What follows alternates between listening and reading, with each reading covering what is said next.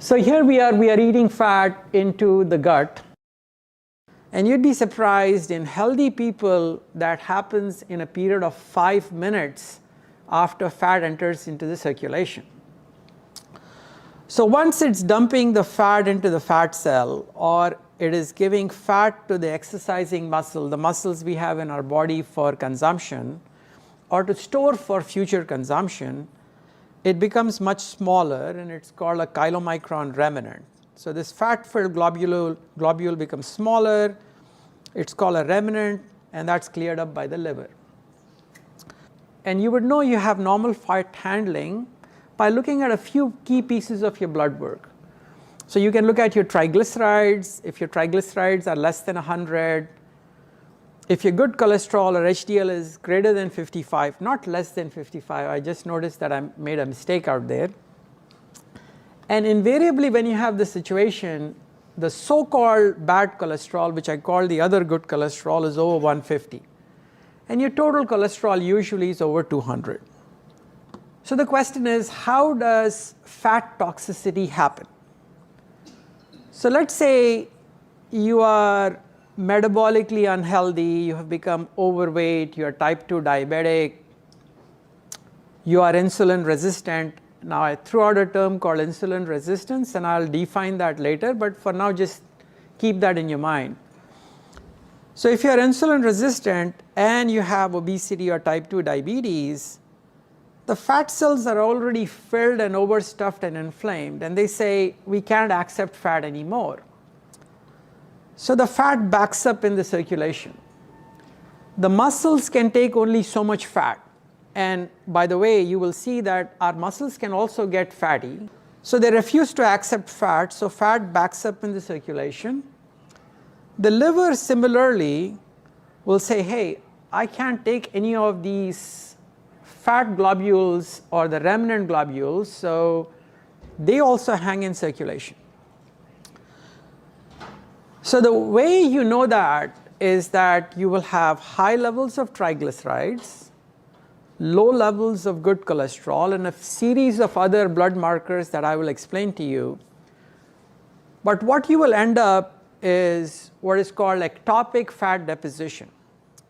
So what ectopic fat is that fat that remains in the circulation is trying to find a place to park itself. And it parks itself in your liver, in your heart, in your pancreas, and in your muscles. And the way she does that is that she will look at your triglycerides, see if they're high, look at your good cholesterol, see if it is low. She has got markers to see if insulin is working well. And if insulin is not working well, you will have high insulin levels along with high blood sugar levels. There are markers of your liver being inflamed in the blood work. One of the ones that we use is GGT. People are very surprised. They say, hey, this blood work says my GGT is normal, but you're telling me that it is high. Because we are used to seeing this marker for the last 10 years. And we know that when the GGT is in the teens, like 16, 17, 18, or low 20s, then your liver is good. But if it's in the high 20s or 30s or 40s, we know that your liver is struggling with handling fat. There is another hormone called adiponectin that we get sometimes. The adiponectin is a fat hormone that I will elaborate a little bit later. There will be other markers. There will be high blood pressure. There will be evidence of visceral obesity. In other words, you will have high waist to hip ratio. You will have high BMI.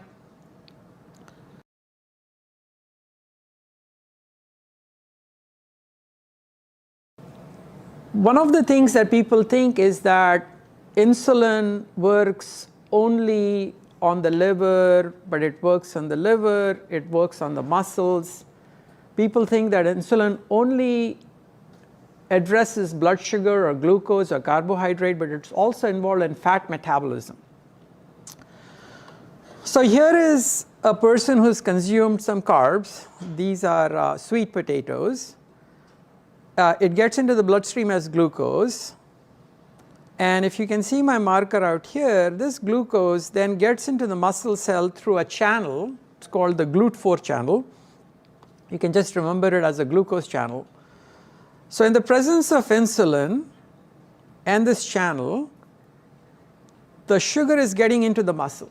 And if your muscle is healthy, physically active, it has a lot of mitochondria. Mitochondria are engines inside the muscle that burn fuel to generate horsepower, to generate wattage. And that horsepower is called ATP. So this fuel is then metabolized by the engines of the cell, which is mitochondria, and it generates energy. And if you have had a little too much carbs or carbohydrates, the rest of the carbohydrates are then efficiently converted to glycogen. So the muscle takes all the carbs that you have eaten. So one of the best advice I can give, especially as we get older, is to improve your muscle mass. If you have better muscle mass, it's just like a sump, like a sieve that sucks in all the carbohydrates that you have eaten, either converts it to energy or makes it into glycogen. So large muscle mass is an important aspect of maintaining normal blood sugars and preventing insulin resistance. Now I said there's also a role of insulin in fat metabolism. So what does insulin do to fat? So here is a person who's consumed some fatty steak. Now instead of glucose, there is fatty acids here. Now these fatty acids enter the muscle through a mechanism. I didn't draw that mechanism. And to get into the muscles, you need insulin and an enzyme called lipoprotein lipase. And the fat that enters the muscle can either be burned for energy. So you'd be surprised that people who are physically active, who are on a low carb diet, are actually burning more fat. And I'll show you that in subsequent slides. But the fat that they cannot burn, they can store it close to the mitochondria, close to the engines of the cells, in what is called intramyocellular fat, IMCL, intramyocellular lipid. So you would be surprised that the muscles can also store the fat you have eaten. So in somebody whose muscle is insulin sensitive, that means insulin is working well, these muscles have a lot of capability of storing fat. They have very healthy mitochondria. You will see these green little dots out here, these are mitochondria. So they have capacity to store intracellular fat, which is healthy fat. They have a very large engine, so they can burn the fat. In addition, because they are healthy, they will also have a lot of glucose channels. So they not only will have ability to store fat, but they will have ability to store glycogen. What they don't have is what is called toxic fat. So if the muscle gets unhealthy, one of the first things that happens is that it loses its capacity to burn fuel. So the mitochondria become shriveled, they're not as good, they're not burning as well, they are fewer in number.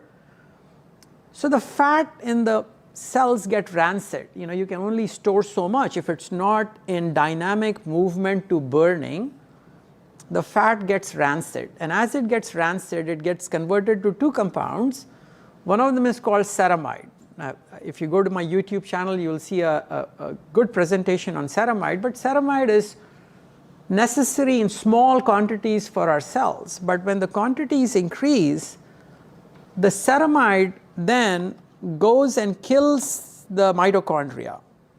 And it prevents these glucose channels from being activated. And so the muscle can neither store glycogen well, nor can it use glucose well. And of course, it has a lot of rancid fat that it is not able to use because there is no capacity for it to burn. In other words, the engine is bad. So let's say that I have, or one of you has, normal blood sugar of about 100. or 90. And if you need about 4 of insulin to keep it there, 4 times 100 is 400, and there's a hypothetical number called 405. You divide it by that. If that number comes to less than 1, then you get a HOMA-IR, a score that tells you are insulin sensitive. That means insulin is working well. But in layman's term, if you have normal sugars and low levels of insulin, that means you need low levels of insulin to hold your sugar. But if you have normal sugars or slightly high sugars and high levels of insulin, that means that your body has to need a lot more insulin to drive the sugar into the cells.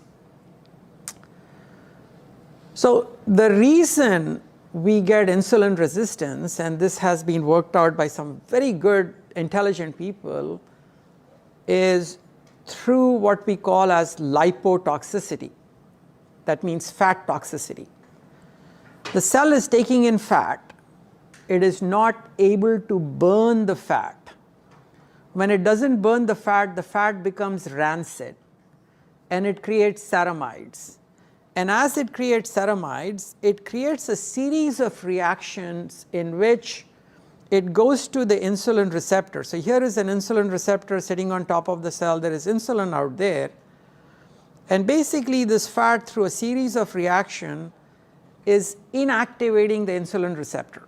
So basically, once insulin sits on the insulin receptor, it creates a series of reactions that makes the glucose channel become active and suck in glucose. But this rancid fat is interrupting all the channels through which the insulin receptor activates the glucose spore or the glucose channel, and so the cell cannot take any glucose. So this is an important point, and the important point is that insulin resistance starves your body of fuel. In other words, the cell is starving. It's not able to get in the fuel, and in some ways that will drive your appetite. It will want you to eat more because what you're eating is not really getting into your cell.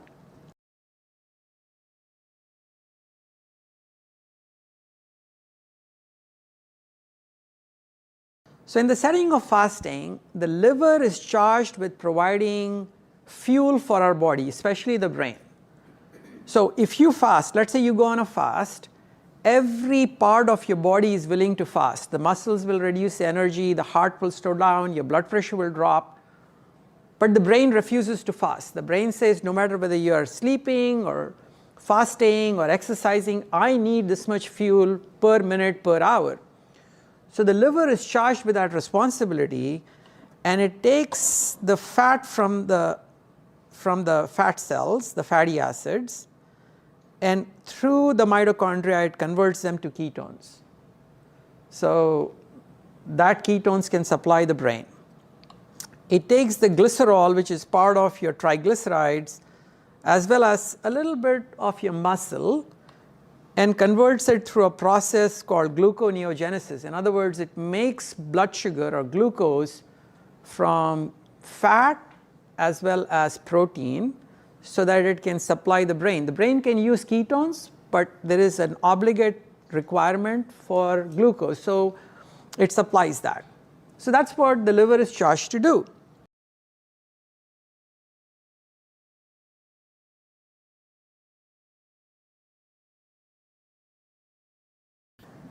So the sweet potato will give me glucose, and in the presence of insulin, and because this liver is insulin sensitive, these channels are activated. They take in sugar and they convert whatever sugar they are taking into glucose that is not needed for immediate burning by the muscles. But there is one other important thing that the liver does. Because as soon as you are eating food, there is plenty of food available. So the normal liver at this time shuts down glucose production. Otherwise, the liver is putting out glucose and ketones for the brain. But once you have eaten, it needs to shut it down. So there is a glucose overload. So in other words, they are taking in a huge amount of sugar. When you have that much sugar, you will need a lot more insulin for the sugar to get packed in. So in other words, you will raise your insulin levels. If this person is still normal, they'll convert some of the glucose to glycogen. They will still shut down the output from the liver of the glucose it was producing when it was fasting. So in other words, the liver shuts down the glucose. But a large amount of this glucose is converted to fat, because when you eat a large amount of carbs, there are signals going to the liver to activate the fat manufacturing machinery. So the fat machinery is jacked up, and the carbs that you have eaten, because we can store only a limited amount of carbs, the carbs will get converted to fat.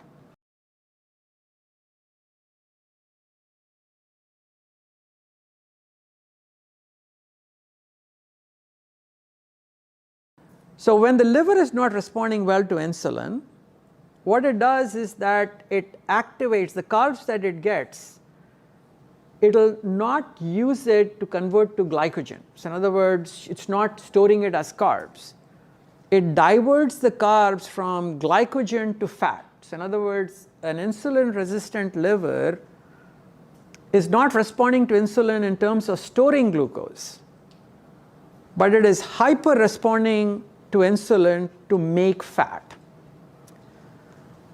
So in other words, an insulin resistant liver will have high insulin and high fat manufacturing capacity, but it has another very important thing that we didn't understand, and that is that despite that person eating a sugar rich meal, the liver continues to put out sugar. So this is called hepatic glucose output, and this hepatic glucose output is not diminished. So you get a double whammy. You've eaten a large meal filled with carbs, and your liver refuses to recognize that and puts out more carbs, so your sugar in the bloodstream will go up even higher. It is not only activating fat manufacturing machinery, but it's also exporting fat, which is called VLDL, which you will get in your blood as triglycerides. Because insulin levels are high, when your insulin levels are high, the fat cannot make any ketones. So the brain could be potentially starved.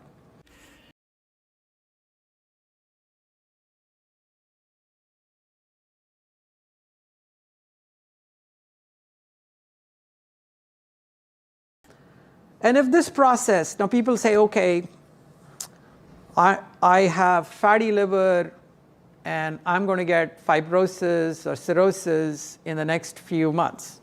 It doesn't happen like that. It takes 20 to 30 years of your liver protesting that, hey, look, I am getting fatty, I'm getting insulin resistant before cirrhosis happens.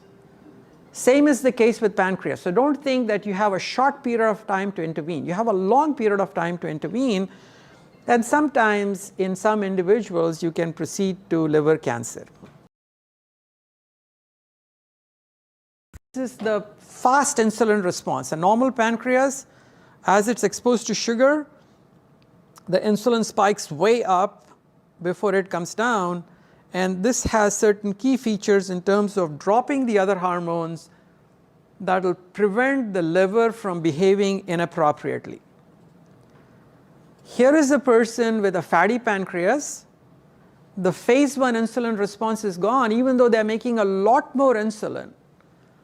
And the hormone that's going to make your liver function well in the setting of you eating refuses to go down. So your liver continues to put out sugar. So these are people who are morbidly obese. You can see that they are making a lot more insulin than lean people. So I just wanted to show you that as you become heavier, the pancreas has to make more and more insulin.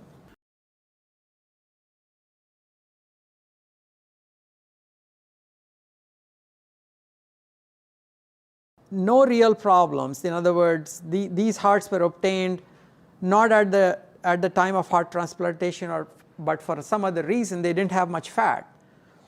But if they had heart failure and the hearts were obtained, they had more fat. If they had heart failure with obesity, the fat was even higher. And if they had heart failure with diabetes, these hearts were fat infiltrated. So in other words, the hearts had undergone lipotoxicity. And Here is a study that's done in teenage girls, and they took teenage girls that were lean and obese, and so they are measuring hepatic fat, muscular fat and pancreatic fat. These are the lean individuals.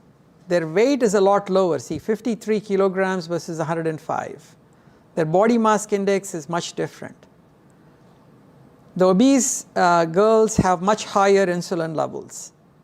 They have much higher levels of fat in their bloodstream. They have much lower levels of the good cholesterol, the HDL cholesterol. Remember that everybody focuses on the LDL. The LDL is not really any different at all. Look at their liver fat. The liver fat is almost twice as much. Look at their muscle fat. It's almost twice as much. Their pancreatic fat is more than twice as much.